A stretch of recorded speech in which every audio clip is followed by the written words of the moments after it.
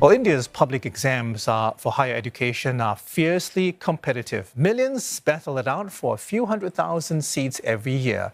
This year, though, the students are not happy. In the last 1 month, multiple tests have either been cancelled, postponed, or are facing scrutiny for alleged leaks and corruption.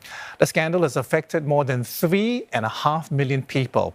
The federal government has admitted to institutional failure and fired the official in charge of the testing agency. But the controversy has cast a shadow over the integrity of the exam process and adds to the existing problem of a huge demand-supply gap and concerns over affordability. Anger on the streets of India. Students protesting the failure of an exam system that has plunged their career into uncertainty. The controversy raging since last month, when some 2.4 million students appeared for the National Eligibility Cum Entrance test, or NEET, a gateway for admissions to undergraduate medical programs. Just hours after that test, on the 5th of May, police in the state of Bihar registered a case. It suspected a paper leak.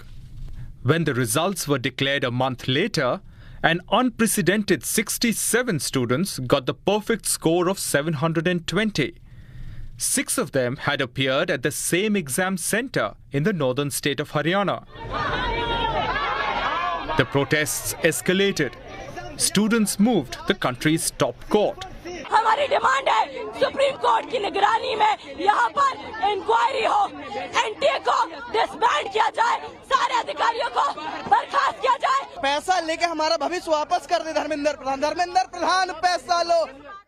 Under pressure, the government said it would cancel the grace marks given to more than 1,500 students and offer them a chance to reappear. That retest happened on Sunday, and the results are expected. All this while, the government denied allegations of paper leak and widespread irregularities. It was only on the 20th of June when it cancelled what's another national level exam, the UGC NET, for admissions to doctoral programs, that the education minister took moral responsibility for the loss of faith among students in the exam process. जब हम स्पष्ट हो गए कि वो dark net में जो question है वो यूजीसी नेट की ओरिजिनल क्वेश्चन के साथ मिलता है, तत्क्षणात हम लोगों ने निर्णय किया इसके ऊपर एक उच्च स्तरीय अनुसंधान और सीबीआई इंक्वायरी हो. The UGC NET exam was cancelled 2 days after more than 900,000 candidates appeared for it. In the days that followed, the government went on to postpone 2 other tests, calling it a precautionary measure. The NEET PG for postgraduate medical admissions was put off just the night before the paper, fueling anger among students who had prepared for months, if not years. It's like many of my friends have been traveled for almost 100 to 200 kilometers just to give the exam. They booked the hotels and they have been preparing for the exam like they are MBBS graduates, so they can easily do a work and get a decent pay for that.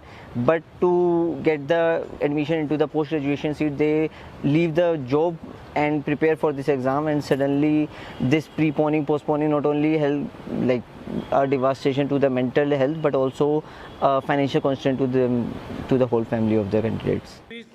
The scandal is the first real challenge for Prime Minister Modi's government since it took office after national elections. The opposition says it's determined to remind the education minister of the plight of students at every given opportunity, doing so even before his oath in Parliament.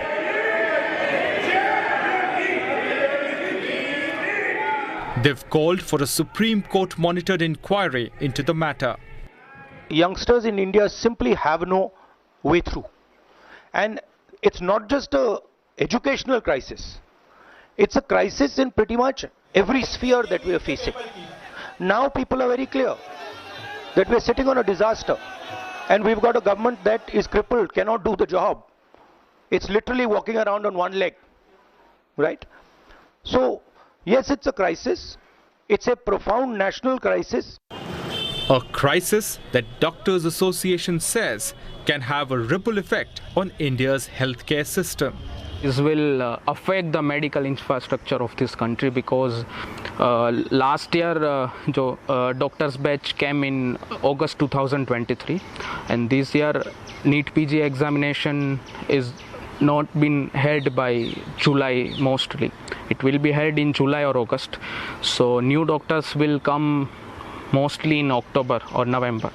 So in these 2 to 3 months, it will affect the healthcare staff and the healthcare system of this country in the government system. India's top investigating body, the CBI, is probing alleged irregularities. The government has announced a high-level committee to fix responsibility and review structure and functioning of the National Testing Agency. That, though, is little solace for students staring at an uncertain future. Prerna Singh of Brown University has been watching the situation unfold. She is Mahatma Gandhi Associate Professor of Political Science and International Studies, and she joins us from Providence in the US state of Rhode Island. Professor Singh, great to have you back on the show. Let me start by asking you this. It's not the first time we're hearing about exam leaks and cheating in India, but this appears to be far more serious this time. Is it clear why this new level has been reached? Thank you. I think that's a great question. And I think the way to understand the intensity of emotion, the extent of the crisis that is happening, is to understand it in terms of two basic facts. And the first, which are related, the first is just how desirable, how prestigious, how much aspiration there still is for a career in medicine.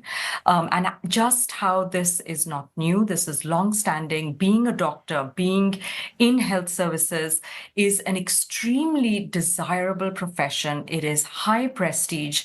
And so consequently, you have to understand the prestige of the profession in which the exam testing scandal has occurred, which is the medical sector, as well as the degree and arduousness and hard work and sacrifice that tens of millions, 2 million of students, and remember, these are the students themselves. In India, the taking of this exam is a family affair.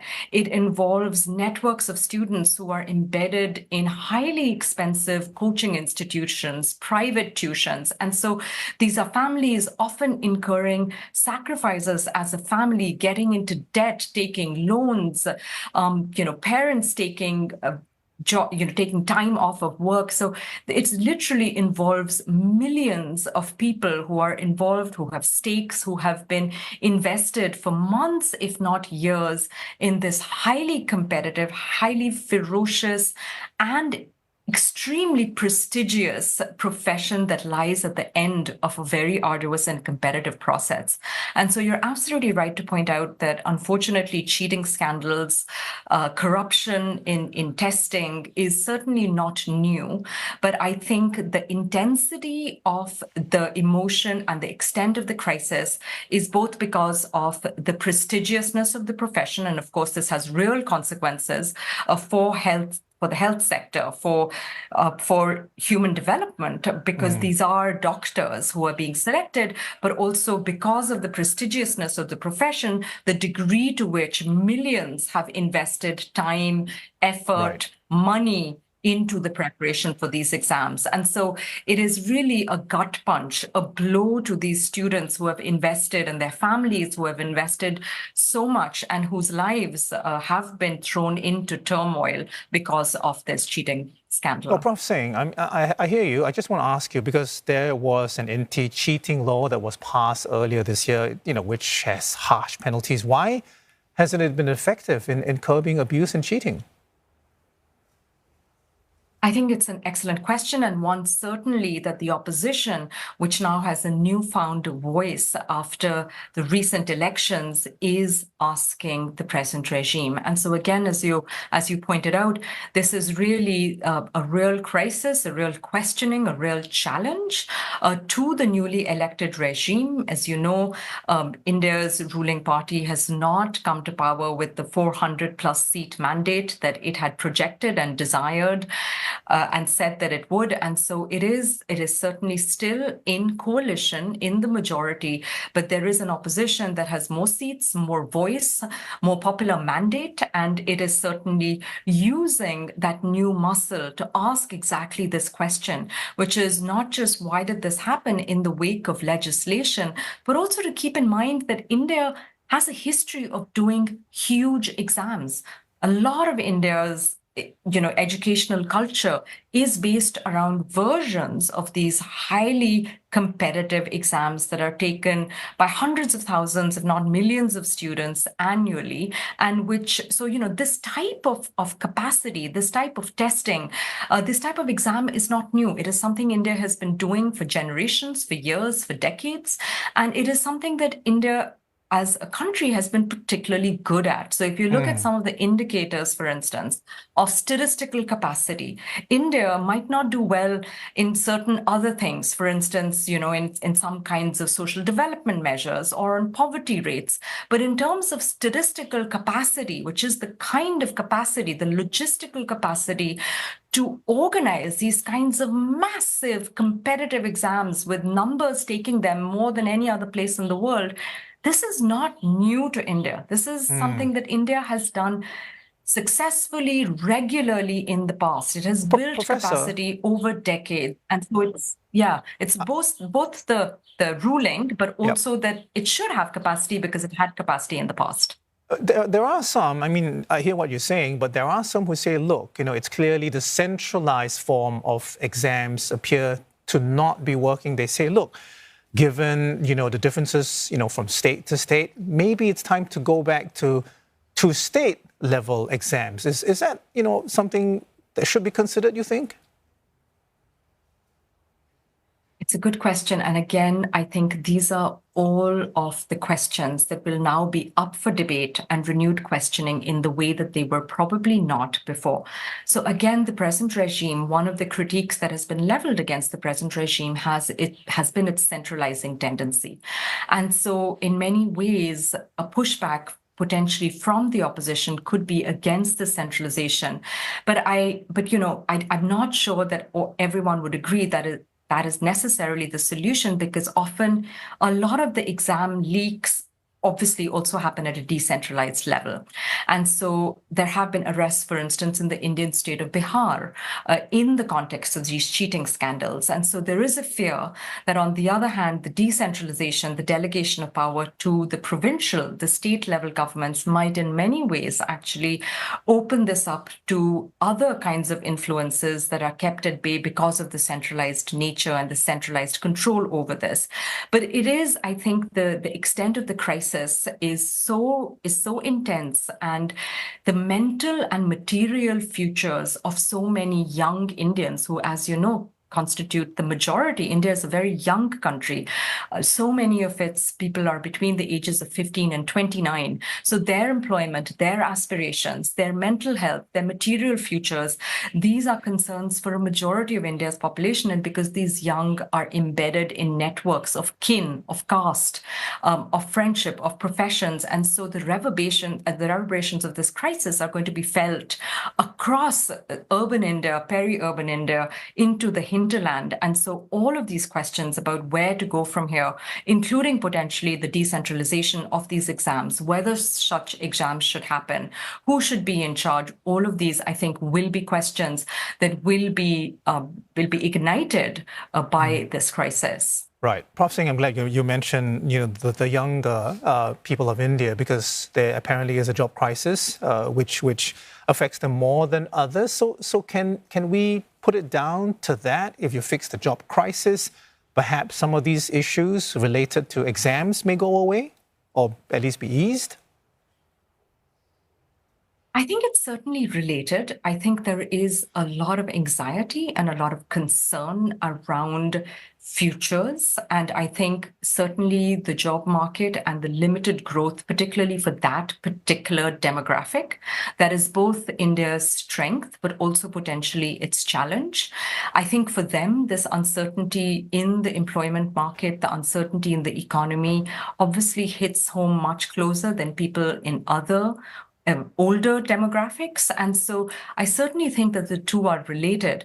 But I think it's also important to understand that I think irrespective, I mean, it's certainly made worse by the state of the economy, but this, I almost want to call it a culture of exams, this culture of uber competitive exams of the kind that I think very few places in the world kind of understand the extent of how competitive, how ferocious these exams are. I mean, so for many of these exams, including by some estimates for the NEET, it's 1 in 110,000 people. And so this is more competitive than getting into an Ivy League university in the United States. It's more competitive than almost any other exam that people take. And so I think it's certainly the case that it is exacerbated and intensified by the uncertainty in the job market and the problems with labor force participation. But I think it's also the fact that this exam culture is laden with expectation and burden. And I think there's just the sheer competitiveness of the exam,